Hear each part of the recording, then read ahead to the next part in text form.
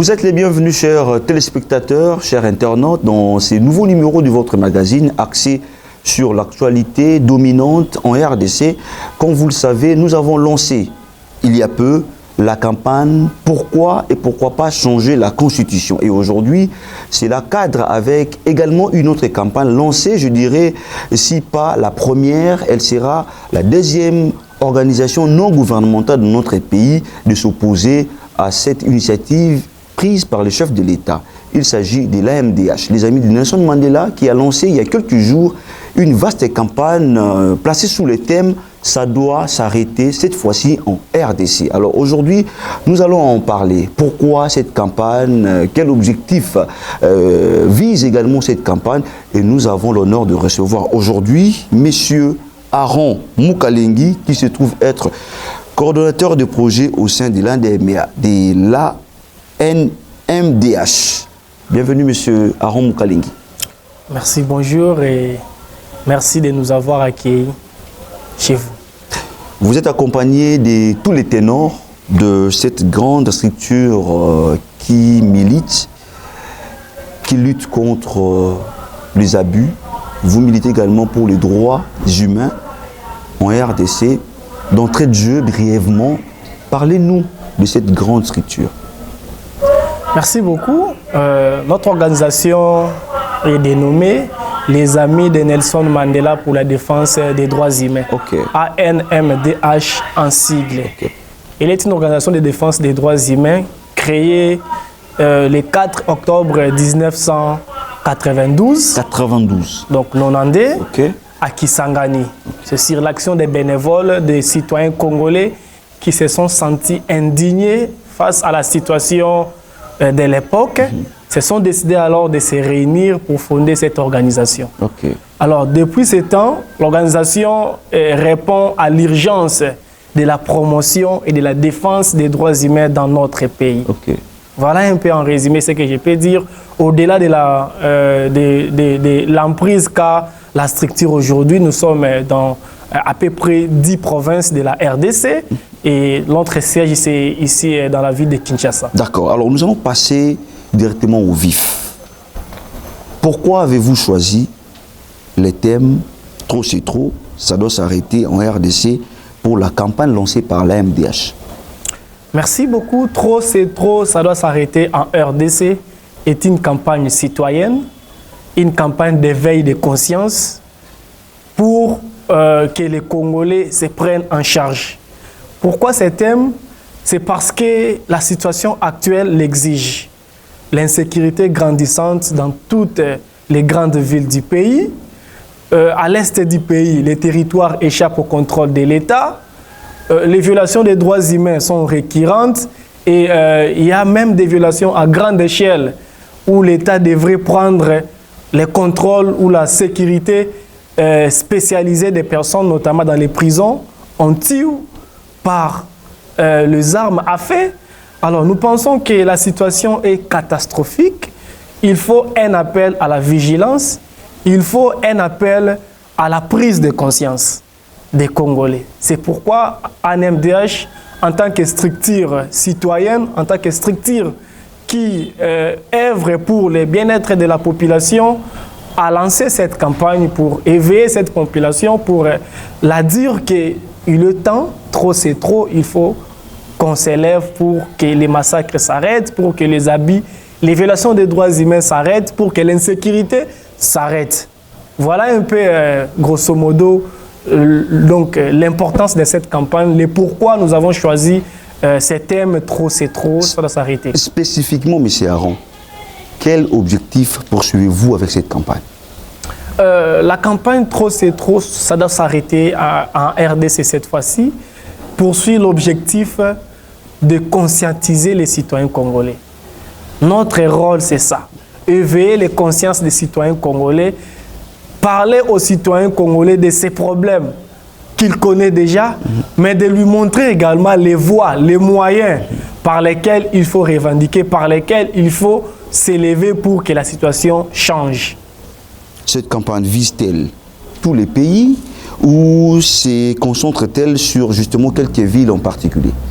Non, la campagne vise tous les territoires de la RDC. Pourquoi? Parce que notre organisation est une organisation nationale. Alors, nous intervenons partout, même si nous sommes un peu dans quelques provinces pour des projets, pour des activités par-ci, par-là. Mais la campagne est une campagne nationale, plus particulièrement dans les 7 centres où nous allons intervenir pendant ces 3 prochaines années. Okay. Donc de 2024 à 2027, nous serons dans 7 centres. Dans le cadre de la campagne. Dans le cadre donc de la campagne. Okay. Mais seulement l'impact que nous visons, c'est au niveau national.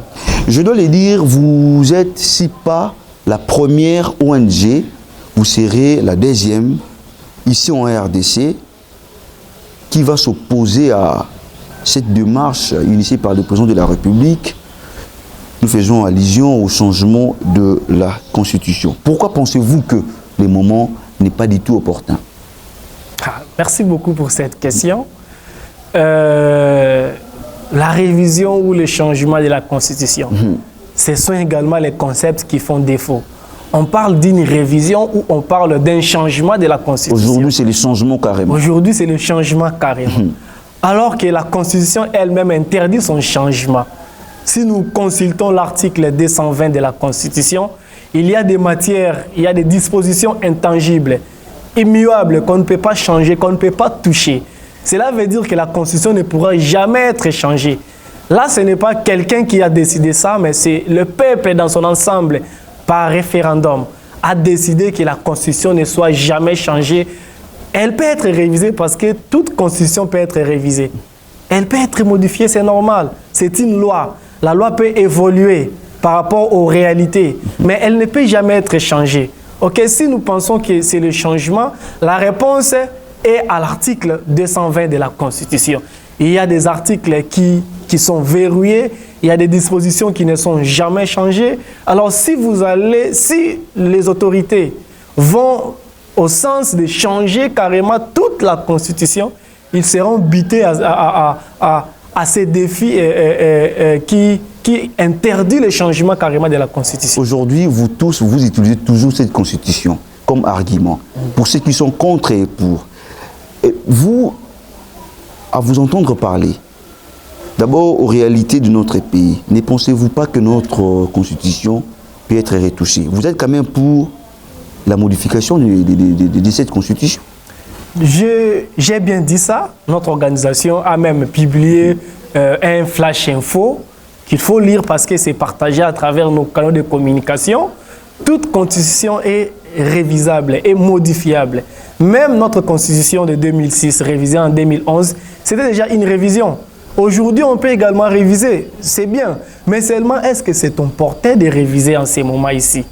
Il y a des articles qui avancent qu'on ne peut pas réviser la Constitution aujourd'hui, vu l'état dans lequel se trouve la RDC.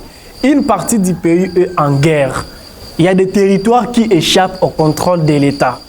Vous comprenez? Il y a même une partie du pays qui n'a pas fait les élections, qui n'est pas allé au vote à cause de l'insécurité, à cause, soi-disant, des manques de moyens. Aujourd'hui, s'il faut changer, s'il faut réviser la Constitution, est-ce que la guerre va prendre fin du coup? C'est ça la grande question qu'on se pose.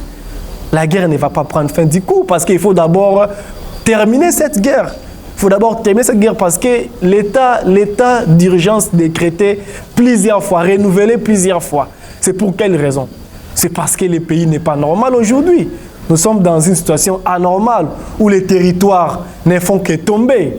Même si les FARDC se battent jour et nuit, nous félicitons ces FARDC, mais les efforts là, doivent être soutenus de part et d'autre.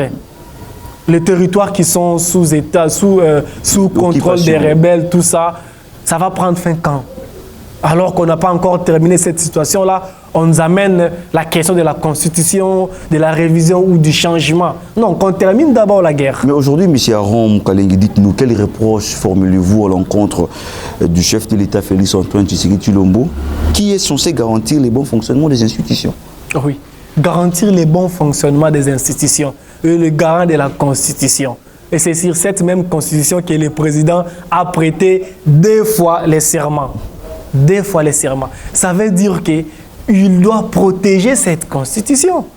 Ça veut dire qu'il doit veiller à ce que personne ne puisse violer la constitution, en commençant par lui-même. Ce que nous lui reprochons, ce qu'il a fait son premier mandat, sans problème. La constitution bloquée à quel niveau? Aujourd'hui, dans son second mandat, son second et dernier mandat, il veut toucher à la constitution. Nous pensons que les intentions derrière cette révision ou les changements qu'ils veulent, c'est pour se pérenniser au pouvoir. Ce n'est pas... Ben oui, parce qu'aujourd'hui, c'est quoi l'urgence qui pousse les gens, qui poussent donc les présidents à toucher à la Constitution? Mais pourquoi vous la Constitution bloque quoi? Pourquoi vous refusez de croire au chef de l'État, lui qui est censé veiller au bon fonctionnement des institutions, lui qui connaît mieux la température du pays? Il vous dit que c'est lui qui gère le pays au quotidien, c'est lui le garant, c'est lui le numéro 1. Il vous dit que notre Constitution a de sérieux problèmes. Pourquoi vous, de l'AMDH, vous ne lui croyez pas? Pourquoi? Non, ce n'est pas qu'on ne les croit pas.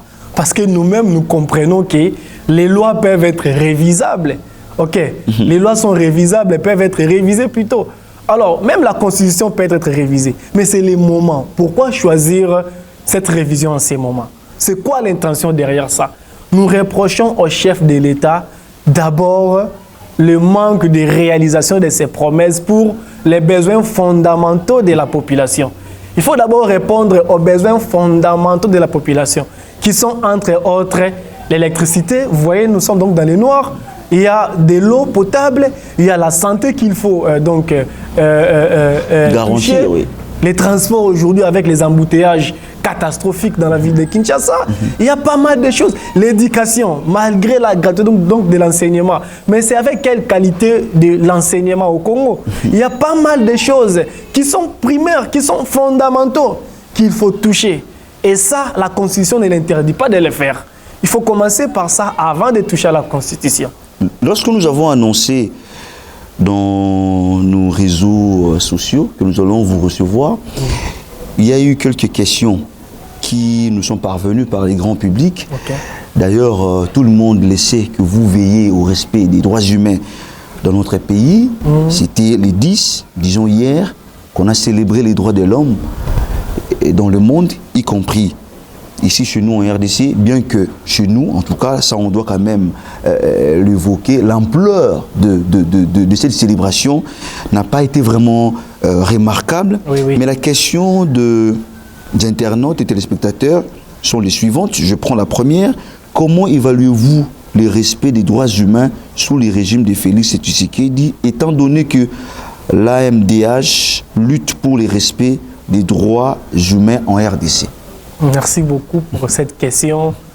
Particulièrement, nous pensons que le président avait des bonnes intentions, des bonnes promesses. OK, tout au départ, dans sa campagne électorale, dans son premier mandat, il y avait des bons discours. Mais en réalité, rien n'a changé. En réalité, rien n'a changé. Pas d'avancée. Ce qui se faisait, ce qu'on a décrié, aujourd'hui, ça s'est fait. Il y a eu des promesses de fermer tous les cachots de l'ANR. Combien de citoyens aujourd'hui sont dans les services secrets? Combien de citoyens sont arrêtés aujourd'hui dans des cachots qu'on ne connaît pas? Combien de gens sont arrêtés aujourd'hui sans être jugés? Combien d'opposants politiques sont aujourd'hui en prison pour leurs opinions? Combien de DDH sont maltraités? Combien de journalistes vous êtes maltraités à cause de vos émissions? Alors ça, nous pouvons dire qu'il n'y a rien qui a changé. Les avancées, ce sont des avancées dans des paroles. Ils avaient de bonnes paroles au début. Mais aujourd'hui, ils se lèvent même pour dire qu'ils peuvent faire tout, même si les gens peuvent parler des droits de l'homme, tout ça, ça ne les concerne pas. Parce qu'ils sont des garants des institutions, parce que c'est eux qui règnent aujourd'hui. Ils ont oublié, le président a oublié qu'il a combattu les antivaleurs à l'époque. Il a oublié qu'il a fait des marches. Il a oublié que les gens étaient tués à cause des violations des droits humains dans ces pays. Il y a eu Tchébeya qui a été tué. Et le président avait haussé le ton. À l'époque, il était encore membre dans l'IDPS. Il avait parlé pour la mort de Tchébeya. Mais aujourd'hui, combien de citoyens sont décédés? Pendant le régime de Tshisekedi, combien des activistes pro-démocratie de la lucha ont été tués? À l'époque, il a même décrié la mort de Rossi Mukendi. Il est allé rendre visite à la famille de Rossi Mukendi. Ben aujourd'hui, combien sont tués? Cette question Vous voyez, me pousse également à vous poser une autre, celle de savoir quel parallélisme faites-vous ou établissez-vous aujourd'hui entre l'actuel régime et l'ancien régime sur la même question. En matière des droits de l'homme, droits humains, oui. Ben, notre travail n'est pas de faire une comparaison. Notre travail est de promouvoir les droits humains. Mais s'il faut voir, s'il faut regarder du côté des droits de l'homme pour l'ancien régime et pour les nouveaux régimes, je reviens aux mêmes paroles que rien n'a changé. Rien n'a changé parce que tout ce qu'on décriait à l'époque de Joseph Kabila, l'ancien président, les arrestations arbitraires, les répressions violentes des manifestations, les intolérances politiques, donc les journalistes, les activistes des droits de l'homme qui partent en exil à cause de leurs opinions, aujourd'hui, ce sont les mêmes choses qui reviennent. Ce sont donc les mêmes habits, les mêmes violations qui reviennent. Nous pensons que rien n'a changé. Rien n'a changé aujourd'hui parce que tout ce qu'on a décrié, c'est ce qu'on est en train de vivre aujourd'hui. D'accord. Nous allons revenir sur la grande question, les changements de la Constitution. L'AMDH s'oppose à cette démarche prise par le président de la République. Alors, quelles sont les actions concrètes que l'AMDH compte-t-elle mettre en place pour sensibiliser davantage la population, pour barrer la route à cette initiative? Oui, dans le cadre de notre campagne, nous n'allons vraiment pas inventer beaucoup de choses parce que nous sommes une organisation qui sait bien faire son travail et qui a de l'expérience et de l'expertise. Nous pensons que les actions qui seront initiées dans le cadre de ces programmes, ce sont ce que nous appelons chez nous les EDC, les espaces de dialogue citoyen. D'autres structures appellent ça le tribune d'expression populaire. Donc c'est la sensibilisation approximative. Donc nous allons vers la population, nous descendons dans les quartiers, dans les avenues, dans des grands marchés où nous allons annoncer comme l'évangile. Nous allons parler des droits de l'homme, des droits des citoyens, des droits fondamentaux. On va expliquer le peuple comment est-ce qu'elle peut s'élever et revendiquer pacifiquement ses droits. Ok, ça c'est d'abord la première action, la plus grande action. Ce sont des actions de sensibilisation sur terrain.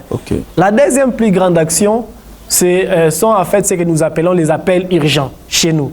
Donc, sont des communiqués, sont des flash infos, notre bulletin qu'on appelle Écho des amis de Nelson Mandela. Donc, nos papiers qu'on pourra publier régulièrement pour alerter les populations, pour alerter l'opinion tant nationale qu'internationale sur les bavures, sur les graves violations, sur les mauvais comportements des autorités, sur tout ce qui ne marche pas, qui va à l'encontre ou qui viole les droits de l'homme. Donc, ce sont ces actions-là que nous allons continuer à mener. Et la dernière grande action, c'est le monitoring. Nous sommes dans le monitoring depuis pas mal d'années.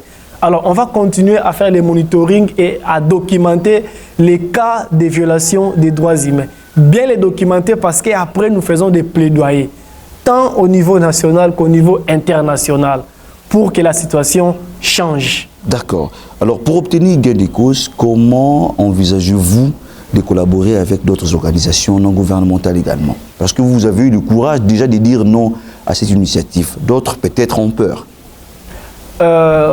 Lorsqu'on travaille pour les droits de l'homme, on n'a pas peur. Parce qu'on sait que ceux qui sont en face de nous, ou ceux qui sont censés collaborer avec nous, mais qui ont des opinions contraires à nos opinions, ne vont pas nous laisser faire. Ce que nous pouvons dire aux autres organisations, c'est que ANMDH est une structure ouverte. Nos portes sont grandement ouvertes. La collaboration est étroite. Vous voyez, donc nous collaborons avec toutes les structures qui sont des vraies structures, qui ne sont pas inféodées. Parce qu'aujourd'hui, il y a également plusieurs structures qui sont inféodées. Vous voyez? Donc, nous allons collaborer avec les ONG, avec les groupes de jeunes, avec les mouvements citoyens, avec les groupes religieux, avec toutes les tendances qui sont dans la bonne voie. Tous les groupes qui dénoncent ouvertement, sans crainte, sans complaisance, les bavures, les violations, les abus dans notre pays. Donc, ANMDH reste ouverte et nous allons collaborer parce que seul on ne peut pas aussi faire grand-chose, mais ensemble avec les autres, dans les consortiums, comme nous collaborons déjà donc davantage. Parce qu'avant, nous ne sommes jamais seuls. Nous sommes toujours associés à d'autres organisations pour des grandes activités, pour des grandes actions.